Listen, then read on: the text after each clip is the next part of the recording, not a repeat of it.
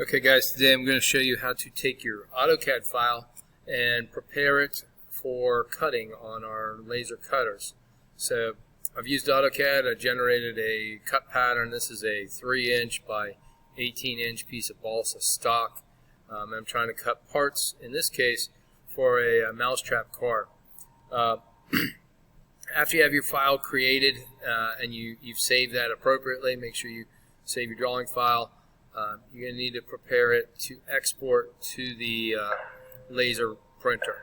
The software we use for the laser printer is called Retina Engrave. You need to open that, so I'm going to minimize our CAD window here. And we need to find Retina Engrave. It is in this folder on the TechEd server. So launch that folder right there, and you see down here is Retina Engrave. I'm going to double click on Retina Engrave to launch that application. Get it going. The first thing that's going to happen, you're going to have to designate your laser. Now, I have previously used this laser, and it has been set up for the Pro LF 20x12. We also have a 36x24 laser, so it is important that you designate your laser that you are going to be using. So if I wanted to change my laser profile, this is the window. I chose the 20x12. But we also have the Professional Series large laser 36x24. So it depends which laser you're using. You want to designate. So I'm using the 20x12 for right now.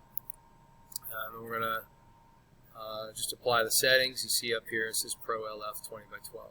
This needs to be open. Go to my AutoCAD. And now that I have that open, I'm going to set this up for a print. So I grab my printer. And the printer that I'm using is called the Full Spectrum Engineering Driver. So you change that from this list to Full Spectrum Engineering Driver. I've changed my paper size here to be the 20x12 paper.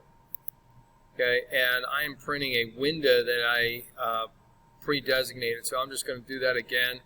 As far as what am I printing? I'm printing a window. I'm going to select that window area by defining and just clicking what that window is around my part. That window has been selected. I want to make sure it's scaled 1:1.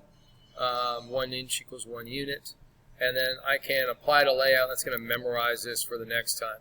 One thing that is important is that you know that your views are going to print properly. So if you do a print preview, kind of show you how it will lay out on here. I'm going to go ahead and hit print because everything that I want to come over is coming over. And then go over to Retina Engrave at the bottom here and just flip over here to my Retina Engrave icon. And you see it's generating an image, and there's my image. There are 3 tabs up here: raster, vector, and design. We want to be working in vector because we're going to cut this piece out. So I'm going to zoom out here a little bit just so you see what I have. Here's a ruler across the top. Make sure it is sized to your stock. This is a 3x18. I can double check that by clicking this little scale button, and it's pretty much 3 inches by 18. If I wanted it exactly that, I could type that in there and commit that, and it's just a universal scaling button. So if you need to enlarge it or reduce it, this is a way you could do that. So I'm going to commit that and close that out. Now, the other thing I want to look at, mine came over in 2 layers because that's how my AutoCAD drawing was set up. AutoCAD, you see the purple and you see the white here. I set certain things in different layers here. So there are 7 layers that are possible in full spectrum. It brought it over in 2 layers. If I wanted something to not cut out but just simply to be etched, I could assign it to a layer. So for example, maybe I want this pattern to go to a blue layer, and you see those lines became blue. I'd have to go around and select each of those objects and assign them to my blue layer there. I need to simply click on the line itself, make sure I'm clicking on the line to go blue. You might notice I have previously made that, whoops, there again I clicked on the wheel. So you need to make sure you're getting the profile you want, assign it blue. The profile I want, assign blue. One thing I do want to be on the blue layer is this wheel over here. So the wheel is going to go back to the purple layer. Okay. The reason we do that is these I just want to scribe, and I could really downgrade my power pretty significantly for my blue layer. Maybe I make my power just at a 15%. I don't want this to cut out at all. I could even just scribe it at a 5% and at one pass. I need it to cut all the way through, so I'm going to have to use at least 3 passes. But actually, I guess at least 4 passes for this 1/8 inch balsa wood. I'm going to back my power down using a feed speed chart.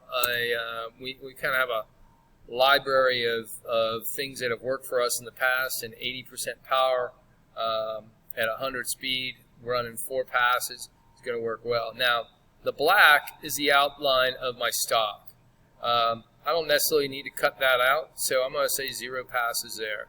So what we're going to see this do in order, it's going to first scribe these little blue pieces in, and then it's going to go around and it's going to cut out, running 4 passes around all my purple lines.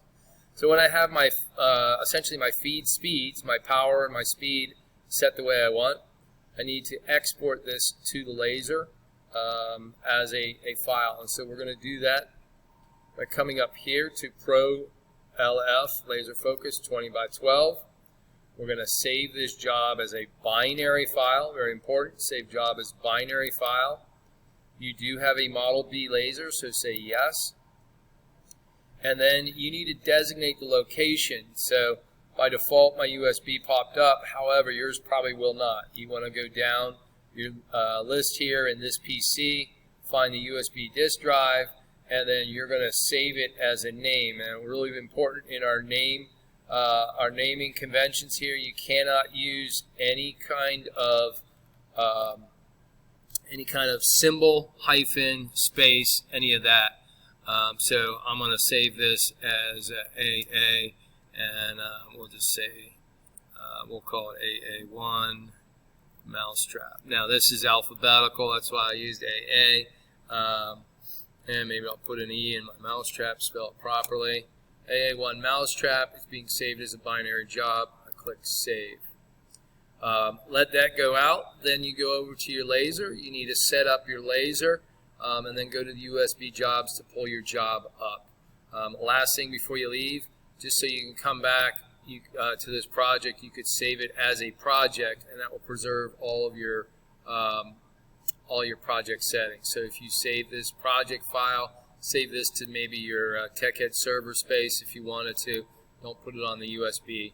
So if you're going to save it to your TechEd server space or to your documents, that way you will have that for future reference. So you can give that a name. That's an RE file. This will not cut on the laser, but this does save your project settings. So good luck with this. Have any questions, please remember to ask.